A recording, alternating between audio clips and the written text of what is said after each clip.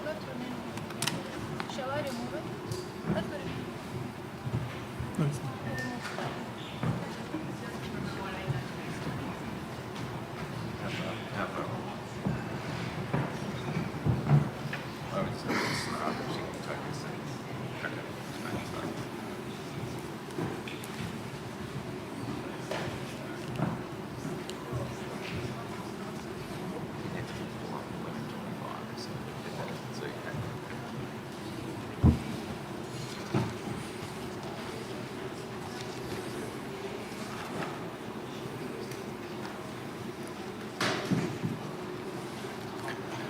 Hello everybody, salam.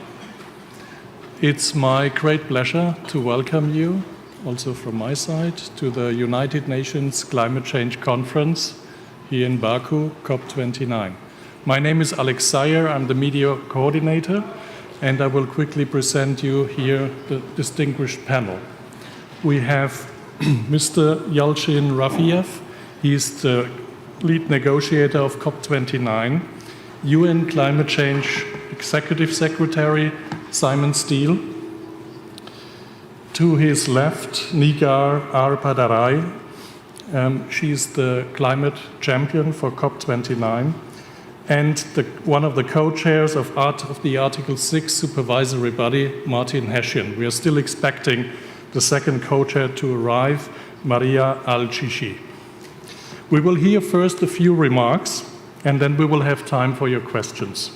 We have to close sharp at 11:30, and the executive secretary needs to leave a little earlier. So let's get it started. Mr. Rafiev, you have the floor. Thank you, Alexander. Good morning, ladies and gentlemen, dear friends. It's a pleasure to welcome you all here in Baku, and we are excited to talk to you about our plan for COP29. The COP President Mukhtar Babayev sent his apologies for not being able to join us this morning.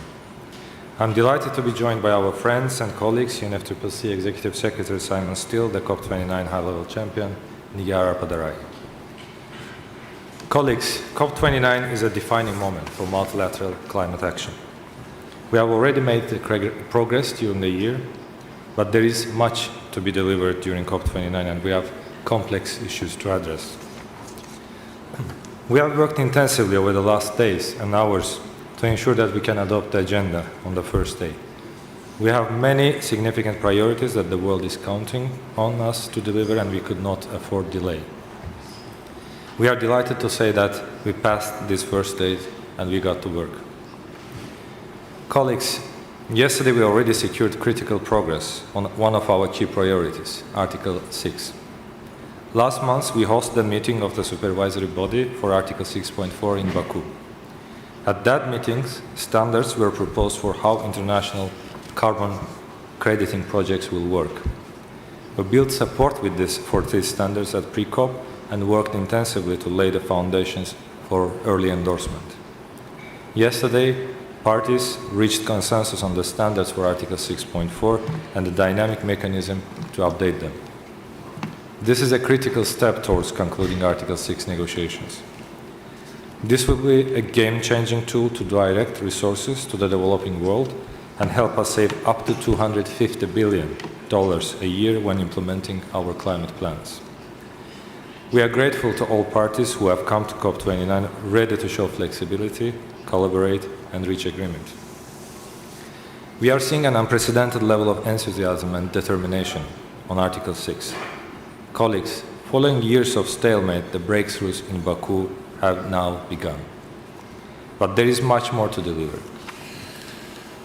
Today and tomorrow, we will host a leader-level summit. This will be opened by the President of the Republic of Azerbaijan, His Excellency Mr. Ilham Aliyev. It's a crucial opportunity for global leaders to speak up and step up. The world is waiting to see them and eager to hear from them. Leaders cannot miss this opportunity to send a strong signal of our collective commitment to confront the climate crisis. We also need them to provide clear direction and mandates for their negotiators at COP29. We will address mitigation with a leader-level dialogue hosted by the COP29 presidency and the International Energy Agency. This follows the calls to action that we have jointly published yesterday and will be an important opportunity to take them forward. And later in the day, we will co-host a summit on methane with United States and China. We will also host the leaders of international financial institutions. They have a special role to mobilize climate finance, and we have engaged with them throughout the year. We are now delighted to welcome them in Baku to make an important contribution.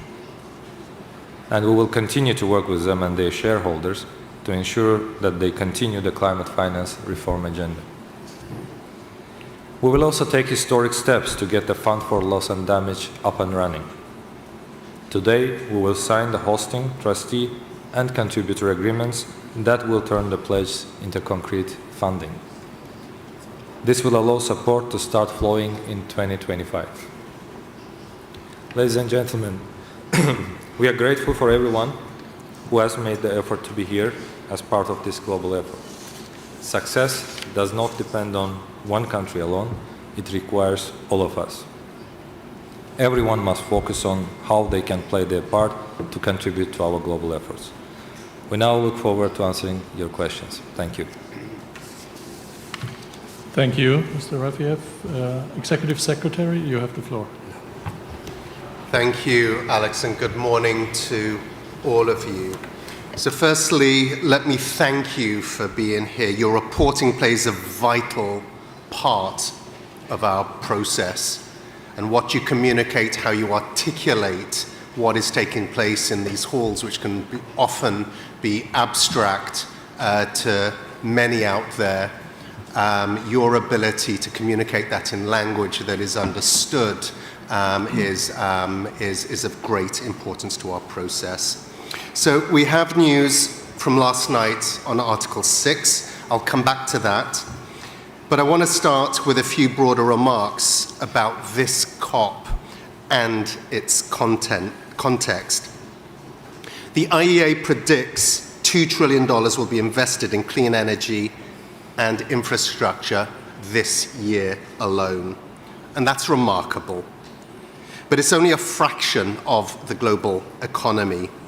And the vast majority of it concentrates in just a few big markets. Climate investment must flow to where it's needed most to save and improve lives and livelihoods of billions of people all around the world. Enabling every country to take strong climate action is 100% in all countries' interests, even the largest and wealthiest. Why? Because the climate crisis is fast becoming an economy killer. Unless all countries can slash emissions deeply, every country and every household will be hammered even harder than they currently are. We'll be living in a permanent inflationary nightmare. And this is not some far-off risk. The climate crisis is a cost of living crisis right now in every economy across the planet. As climate disasters hit supply chains and food production harder each week, climate action is global inflation insurance. So, on the NCQG, I say to all nations, let's get a good result. Billions of people cannot afford their governments to leave COP29 without having a strong outcome on finance. And it's not only about averting disaster. Bolder climate actions are a recipe for stronger economies, more jobs and equality, less pollution, better health, and more security and cheaper, more and secure energy supply. New national climate plans, NDCs, due from next year, will be vital. We'll all be talking more about those as we go through this COP. And quality, the quality of those NDC submissions is of greatest importance. So to Article 6, last night, parties agreed strong standards for a centralized carbon market under the UN. There's more work to do, but this is a good start, the product of over 10 years of work within the process. Colleagues, you are masters of making complex things understandable.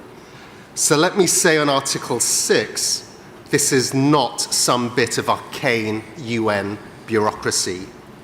When operational, these carbon markets will help countries implement their climate plans faster and cheaper, driving down emissions.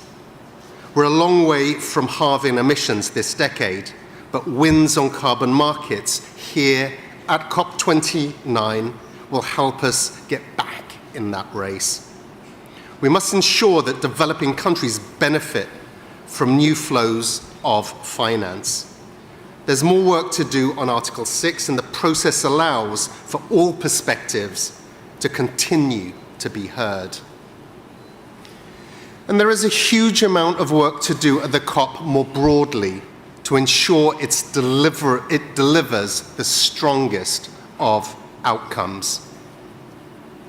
Many of you have been reporting on the climate implications of political events in the last weeks.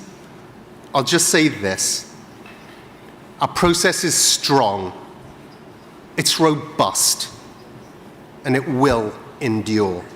After all, global cooperation is the only way humanity survives global warming. It's only through that engagement, only through that cooperation, that we're going to get through this crisis. And our process is delivering concrete results, even though they are not quick enough and need to accelerate. But we have a huge amount of work to do to ensure COP29 delivers strong outcomes, again, especially on climate finance. I thank you. Thank you. Executive Secretary, Ms. Abadaray, you have the floor. Thank you, ladies and gentlemen, distinguished guests. I would like to welcome you in Baku, some of you that are traveling here from your countries. We are really excited to be able to work closely with you. My role is the role of UN Climate Change High-Level Champion, and in this role, together with my colleague Razan Al-Mubarak and with Marrakesh Partnership, we are trying to bring the voices of non-state actors to the process, because we strongly believe that we are speaking about the global climate action and we need everyone on board. So, dear friends, climate change is not a distant threat. Climate is changing. We see it, we feel it, we can measure it. And it means that we need whole of society approach to handle this issue. Not only whole of society approach, but also whole of global community approach. We have tried our best to work very closely this year throughout all these months with non-state actors, with civil society, with philanthropy organizations, with private sector, with academia, with young people, to make sure that they are being part of this process. And our main goal was to build this inclusive platform. And I'm happy to announce today that we will also, within the framework of our COP29, as a presidency, we will be hosting a business investment and philanthropy climate platform for the first time fully in the blue zone. And it will be happening on 14th of November. We need private sector to be part of this overall conversation. So for us, it's a very good moment to have private sector and philanthropies, asset owners coming together and addressing the challenges that we all have. And so far, we have already more than 1,000 people registered for the forum. We have a number of events that we will be doing for the private sector. Also, another subject that we have tried to focus our attention on is the SMEs, is the green transition of small and medium enterprises. Because we want to make sure that SMEs are not surviving this green transition, but they are shaping this green transition. So one of the campaigns that we've been working on is a climate-proofing SMEs, and I'm happy to share that already 35 collaborators having 65 million SMEs in their player networks joined us, and we plan to continue this effort in the future. So throughout the summit, we will launch multiple initiatives as part of the COP29 action agenda, and the government of Azerbaijan will make national announcements at different points throughout the conference, and we believe that together we can turn this immense challenge into the opportunity. We need to see the opportunities, and we need to showcase to the private sector especially these opportunities. So, dear friends, we will be here, and I think that we will be meeting each other regularly, so thank you very much for your help. We have now time for a few questions. If I can ask you to identify yourself and your media organization, please.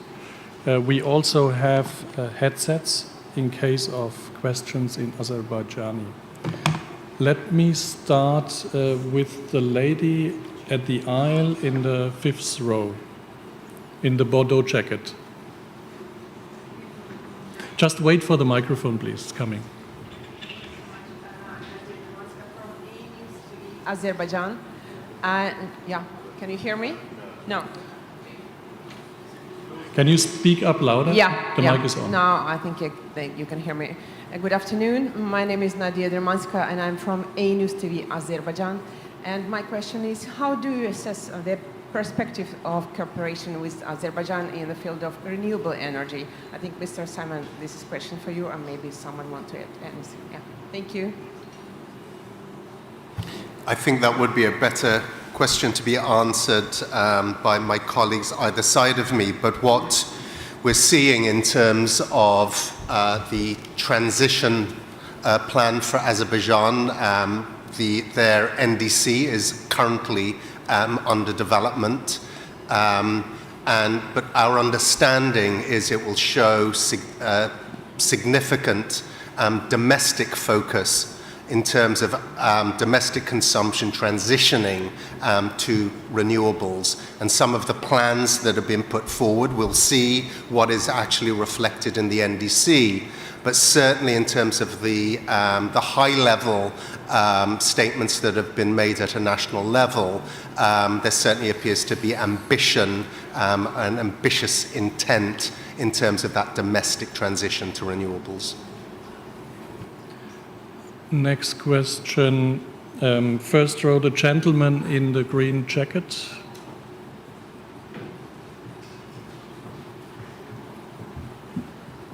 Good morning, Benjamin Lejeune from AFP. A question for Mr. Rafiev. The contact group has started this morning on NCQG. There are concerns that a developed country may not commit to an ambitious figure for themselves and are fighting for a global investment figure. Would you say that it's necessary to have a figure for developed country contribution, a clear figure, and what would be the floor for this figure, 200, 400 billions of dollars? Thank you so much for the question. Yeah, the NCQG negotiations have started, and as you know, recently, a few weeks ago, by the co-chairs of the ad hoc work program on NCQG have released substantive framework on draft negotiating text. Now we'll start our technical process to see where we are leading to. In terms of contributions, of course, this is one of the elements that is subject to negotiations, and we continue negotiations on this topic. Nobody can predetermine the figure. As for the contributions by developed country parties, this is, of course, something that is also subject to the negotiation process. As a host country, we are doing our best, putting a lot of efforts to bring the parties together, creating a space for them to engage in negotiation process, which in our belief will result in an NCQG that is fair and ambitious, and that takes into account the needs and priorities of the developing country parties. Thank you. A final question for the Executive Secretary, because he needs to leave in a moment. Yeah, the gentleman in the first row. Here, next, in the gray. Yeah, thank you. Thank you. I'm Bugar Seida from Azerbaijan State News Agency, and my question is to you, Simon. A simple question. Since, as you mentioned, this current COP has become already known as Finance COP, and we do hope to see a finally shift from just talking to result-oriented action. My question to you is, to what extent are you optimistic about reaching the goal that has been put forward, and what are your expectations from this current 29? Do you think that we will really see the result in the end? Thank you. Thank you. There are high expectations that parties will leave this COP with a clear outcome as to what the new goal should be, and that's a goal that needs to be reflective of the growing needs of the demands that are being generated by the climate crisis. So having a clear view, a clear signal that the scale and some of the quality elements around that goal are clearly articulated, that provide a level of assurance to certainly the most vulnerable countries that support will increase, and ability to access that will be increased. But also a signal that the private sector, private finances, other sources of finance can be brought to the table, that this new structure provides that enabling environment that is able to attract other sources of income, of finance, that supplement that public number. Thank you. Thank you, Executive Secretary. He needs to leave now, but we continue with the questions. On the second row, the lady with the black jacket.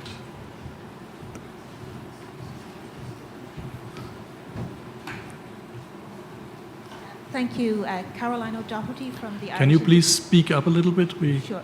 Thank you. Can you hear me? Thank you. Caroline O'Doherty from the Irish Independent. Question from Mr. Rafiev. Can you explain that figure of $250 billion that you say will be saved in implementing national climate plans through the agreement from yesterday, please?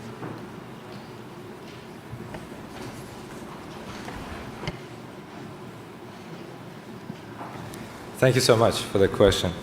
Yeah, the Article 6 operationalization is a long-standing unresolved issue, and yesterday on the 6.4 we have adopted the standards that was endorsed by the supervisory body for mechanism, and the amount that I have referred to, 250 billion to reach out to, in total, the total value of the flows of carbon market that is aligned with Article 6, based on the assessment of the International Emission Trading Association, will reach to that figure if we operationalize it and if the mechanism starts working.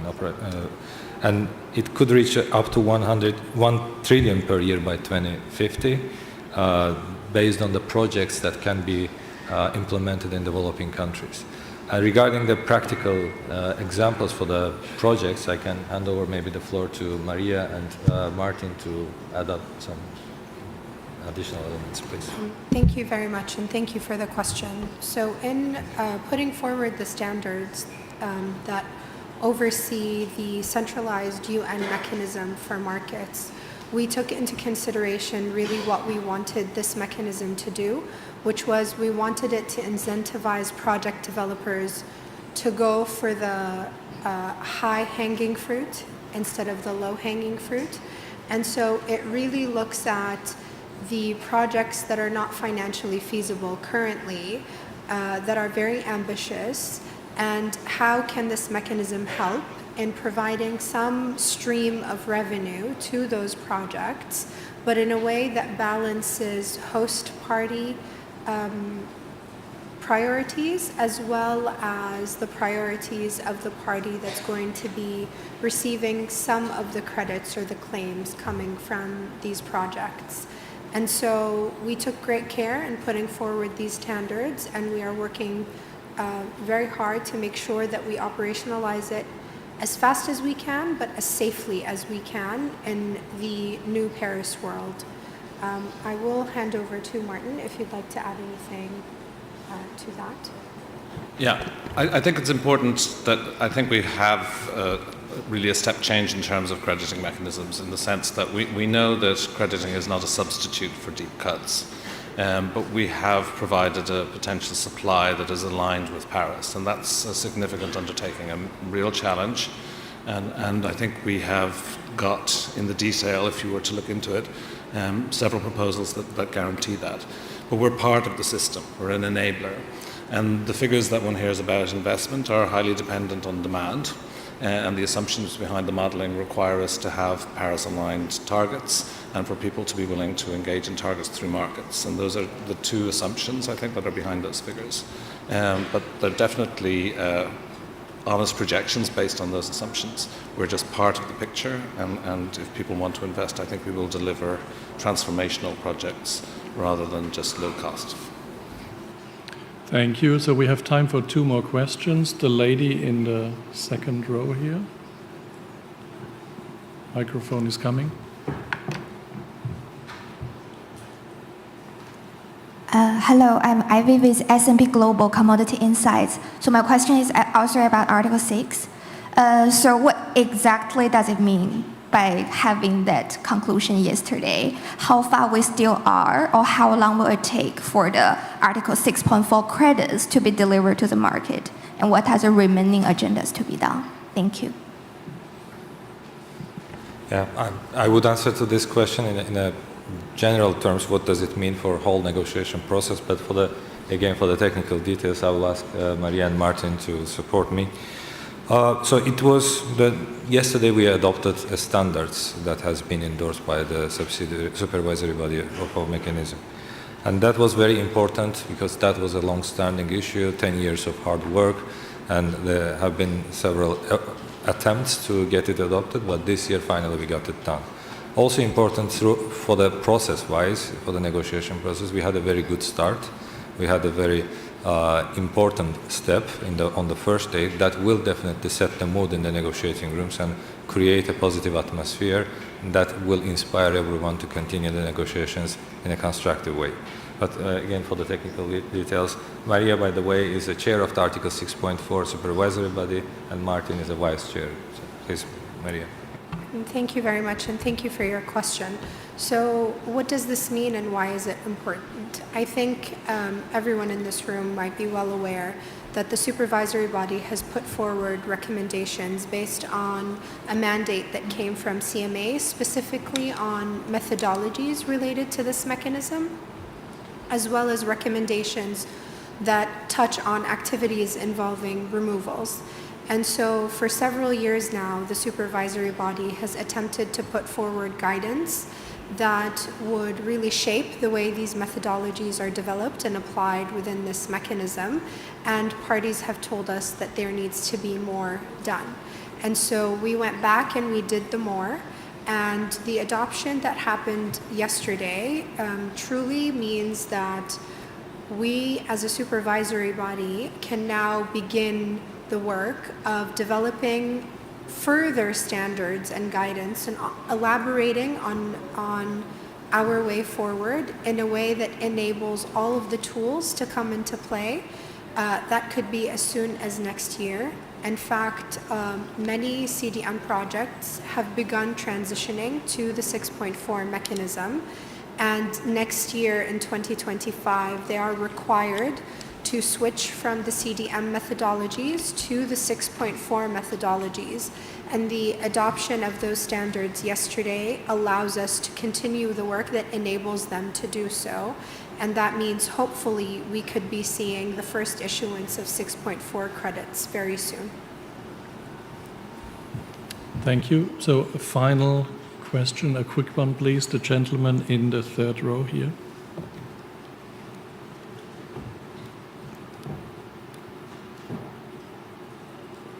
Thanks so much. Sibi Arasu from the Associated Press.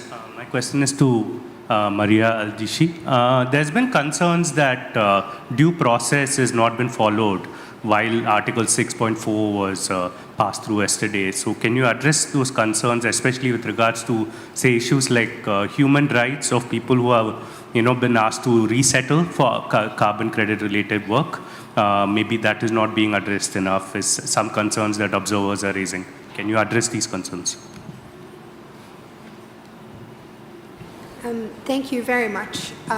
So with regard to concerns about due process, I will have to say that we are a UN body governed by the Conference of the Parties, serving as the meeting of the parties to the Paris Agreement. We absolutely must follow due process at all times. And the CMA is free to give the supervisory body any guidance it wishes to. And we are more than happy to receive that guidance and elaborate on it. And when it comes to the concerns that have been expressed, I would like to point you to the appeals and grievance procedure that was adopted this year alongside the two standard documents, because we viewed it as a package of deliverables instead of just the two documents that were mandated by CMA.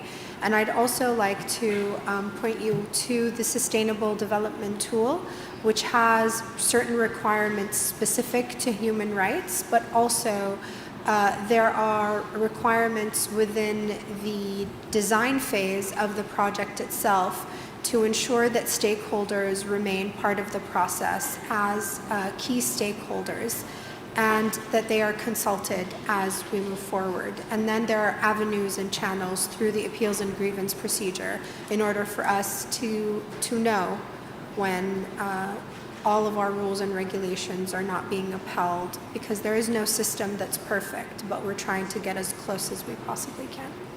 Do you want to add anything, fellow Vice Chair? Yeah, I do. I mean, I'm just conscious we're before the press. It's quite difficult to communicate what we're doing, and sometimes it's easier to report on process than it is on substance.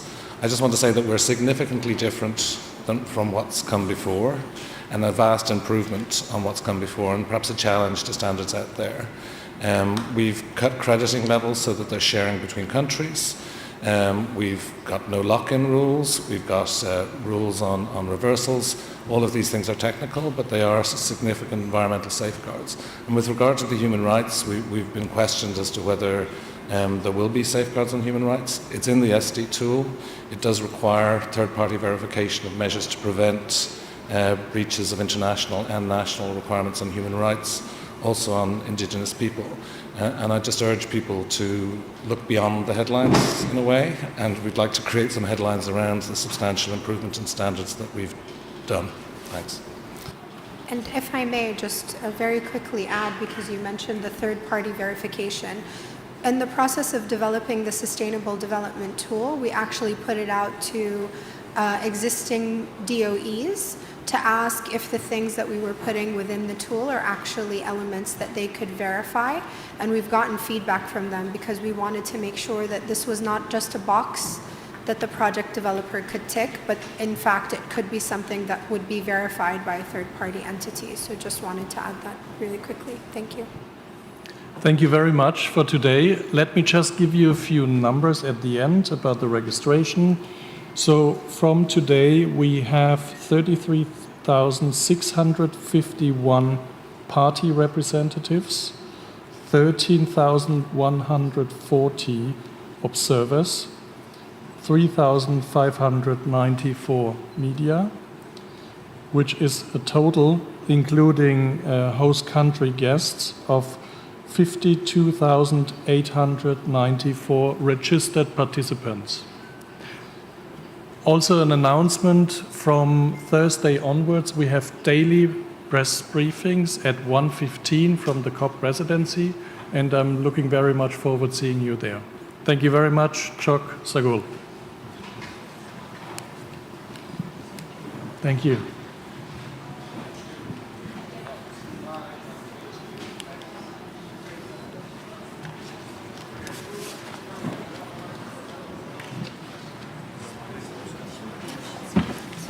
Thank you very much.